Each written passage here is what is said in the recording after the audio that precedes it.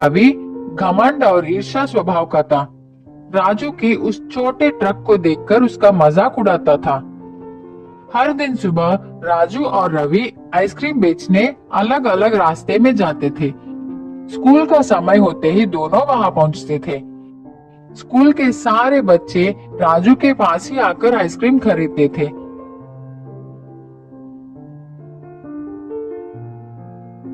रवि का ice cream trolley तो बहुत सुंदर और बड़ी थी, लेकिन कोई भी रवि के पास आकर आइसक्रीम नहीं खरीदता। उतने में एक गरीब लड़का रवि के पास आकर कुछ खाने के लिए मांगता है। रवि उससे चिढ़कर वहां से चले जाने को कहता है। बच्चा बहुत दुखी हो गया। एक बेंच पर बैठकर भूख से रोने लगा। राजू को उस बच्चे की ऐसी हालत देखकर अपनी बचपन याद आई। राजू की बचपन भी ऐसी ही भी थी। वो भी एक अनाथ था। राजू बच्चे के पास गया। उसे आइसक्रीम देकर खाने को कहा। पूछा, छोटू तुम्हारा नाम क्या है? तेरे कोई नहीं है क्या? बच्चा उदास होकर कहा, मैं अनाथ हूँ, आप मेरा नाम छोटू ही समझ लीजिए। राजू बोला, बेटा मैं तुम्हारा देखभाल करूंगा, तुम्हारी हर जरूरत को मैं पूरा करूंगा, स्कूल भी भेजूंगा, क्या तुम मेरे साथ चलोगे? छोटू बहुत खुश होकर राजू के साथ चला। इसी बीच में राजू अपने ट्रॉली का बात ही भूल गया। गर्मी की वजह से सारा आइसक्रीम पिघल गई। अब राजू भी कुछ नहीं कर सकता। उदास होकर छोटू को भी अपने साथ लेकर घर चला गया।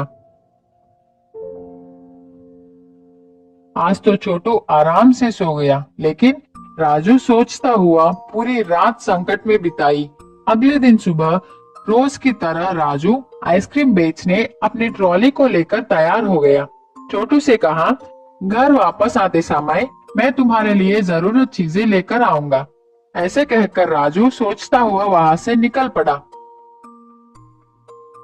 राजू को रास्ते में एक मुनि नजर आए। राजू मुनि के पास जाकर प्रणाम किया। मुनि ने राजू से पूछा, क्या समस्या है? राजू बोला, मैं अपने इस छोटे गाड़ी से अब तक जीवन चला रहा हूँ, लेकिन अब तो मुझे एक बालक का भी ख्याल रखनी है। मुझे कुछ समझ में नहीं आ रहा है कि मैं उसके सारे जरूरतों को कैसे पूरी करूं। आप ही इस समस्या का परिष्कार कीजिए। मुनि ने कहा, मैं सब समझ गया। मैं तुझे एक बड़ा जादुई आइसक्रीम ट्रॉली दे रहा हूँ। अब यही तुम्हारी समस्याओं को संभालेगी। राजू खुशी से मुनि को धन्यवाद करके उस ट्रॉली को लेकर चला गया।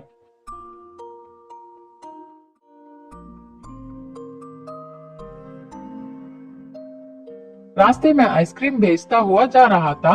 इतने में उसको शक लगा कि इतने सारे आइसक्रीम कहाँ से आ रहे हैं? मैं तो इतना नहीं लाया। वह डब्बे को खोलकर देखा तो राजू चौंक गया। उसको समझ आ गया कि ये सब मुनि की महिमा है। रोज की तरह राजू स्कूल के पास आ गया। रवि को राजू की इस नए ट्रॉली को देखकर जलन होने लगा। राजू को इस दिन अच्छा व्यापार हुआ, बहुत पैसे भी मिले। उन पैसों से राजू छोटू के लिए नए बैग, पुस्तक, कपड़े खरीदकर घर लौटा। छोटू बहुत खुश हो गया।